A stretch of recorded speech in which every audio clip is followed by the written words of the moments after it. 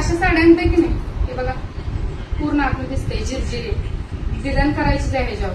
तर त्यावेळेस खालच्या साईडला बेस द्यायचा, व्हाईट कलरचा बेस द्यायचा मीडियम टू मिक्स करून, तर तो जाड बेस होणार आहे. आता काय होतं, जेव्हा तुम्ही इथं डिझाईन करायला जाणार ना, तर हा कपडा तुम्हाला ऐकून आहे का, कपडा भरून येतो, भरून येतो म्हणजे धुतल्यानंतर कापूस पिंचतो. पण ह्याच्यावर तुम्ही पेंट करायला गेल्यानंतर ना ते भरून तर येणारच आहे, पण लगेच दिलं ना साईडला असा चहाचा डाग वगैरे उठतो माहिती का, उमटतो वाळल्यानंतर सेम टू सेम असं भिजत भिजत जाणार आहे इकडे तिकडं, डिझाईन एक्स्ट्रा वाढ जाणार आहे. आपण जी मार्किंग करणार आहे किंवा जी एखादी फिगर करणार आहे ना त्याच्या बाहेर जाणार आहे. त्यामुळे ह्या असल्या कपड्याचे ना व्हाईट बेस द्यायचा आणि त्यानंतरच बाकीचं जे काय ते डिझाईन करायची.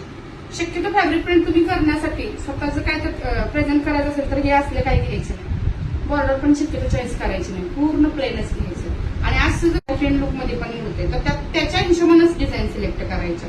साऊथ इंडियन म्हणलं तर तिकडं काय फेमस आहे, तिकडच्या साईडचं, इकडचं काय फेमस आहे, नथ चंद्रकोर सरस्वती, ते घातलं तर चालेल. किंवा पारंपरिक पद्धतीची एखादी छानशी कुठली पारंपरिक पद्धतीची प्रतिमा काही असेल ती, किंवा एखादं देवाचं वगैरे चित्र.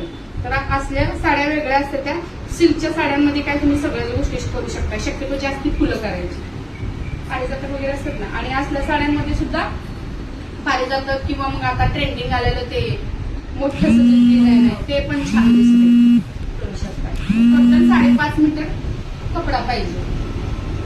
जर तुम्ही हे कटिंग करून जरी आणलं तर, आता ही साडी आहे पण असं पीस पण मिळतात, 5.5 मीटर 6 मीटर असली तरी पण बेस्टच आहे, निरा जास्ती पडते. लांबी रुंदीला चेक करून कपडा घ्यायचा. ओके.